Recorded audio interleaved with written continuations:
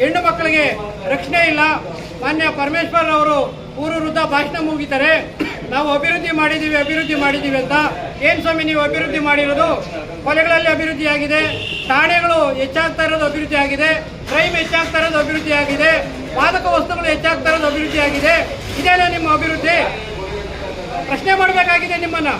ಏನು ಅಭಿವೃದ್ಧಿ ಮಾಡ್ತೀರಿ? ಪ್ರತಿನಿತ್ಯ ಮಾಧ್ಯಮ ನೋಡಿದ್ರೆ ಅಲ್ಲಿ ಗಾಂಜಾ ಸಿಕ್ತು, ಇಲ್ಲಿ ಗಾಂಜಾ ಸಿಕ್ತು, ಪ್ರತಿನಿತ್ಯ ಅಲ್ಲಿ ಕೊಲೆ ಆಯಿತು, ಇಲ್ಲಿ ಕೊಲೆ ಆಯಿತು. ಪೂರ್ತಿ ಕ್ರೈಮ್ ಅಭಿವೃದ್ಧಿ ಆಗ್ತಾ ಇದೆ ವಿನ ಜಾತಿ ವಿನಾಶ ಎಲ್ಲಿ ಆಗ್ತಾ ಇಲ್ಲ, ಬಾಂಧವ್ಯಗಳು ಎಲ್ಲಿ ಬೆಳೀತಾ ಇಲ್ಲ, ಹೆಣ್ಣು ಮಕ್ಕಳಿಗೆ ರಕ್ಷಣೆಗಳು ಸಿಗ್ತಾ ಇಲ್ಲ. ಹಾಗಾಗಿ ಸ್ವತಂತ್ರ ಭಾರತದಲ್ಲಿ ನಾವು ವಾಸ ಮಾಡ್ತಾ ಇದೀವಿ ಅಂತ ಹೇಳ್ಕೊಳ್ಳೋಕ್ಕೆ ಈ ಹತ್ಯೆ ಕೈಗನ್ನಡಿ. ಎಷ್ಟು ಮಾತ್ರ ನೀವು ಆಡಳಿತವನ್ನು ನಡೆಸ್ತಾ ಇದ್ದೀರಿ ಅಂತ.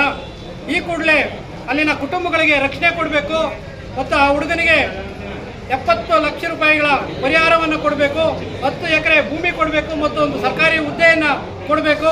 ಆ ಹೆಣ್ಣು ಮಗಳನ್ನು ಹತ್ಯೆ ಮಾಡಿದಂಥ ಕುಟುಂಬವನ್ನು ಗಲ್ಲಿಗೇರಿಸುವಂಥ ಕಾನೂನನ್ನು ರೂಪಿಸಬೇಕು ಅಂತೇಳಿ ಇವತ್ತು ತಹಸೀಲ್ದಾರ್ಗೆ ಮುಖಾಂತರ ಮಾನ್ಯ ಮುಖ್ಯಮಂತ್ರಿಗಳಿಗೆ ಮನವಿ ಪತ್ರವನ್ನು ಸಲ್ಲಿಸ್ತಾ ಇದ್ದೀವಿ.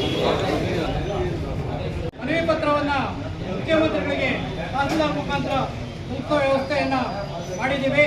ಮನವಿ ಪತ್ರವನ್ನು ಮಾನ್ಯ FDA ಚಂದ್ರ ಸರ್ ಅವರು ಸ್ವೀಕಾರ ಮಾಡಿದ್ದಾರೆ. ಈ ಪ್ರತಿಭಟನೆಯಲ್ಲಿ ಭಾಗವಹಿಸಿದಂಥ ಎಲ್ಲ ರಿಪಬ್ಲಿಕನ್ ಸೇನೆಯ ಭೀಮಾ ಬಂಧುಗಳಿಗೆ ಒಂದು ಸಾಂಕೇತಿಕ ಹೋರಾಟದ ಪರವಾಗಿ ವಂದನೆಗಳನ್ನು ಸಲ್ಲಿಸ್ತೀನಿ.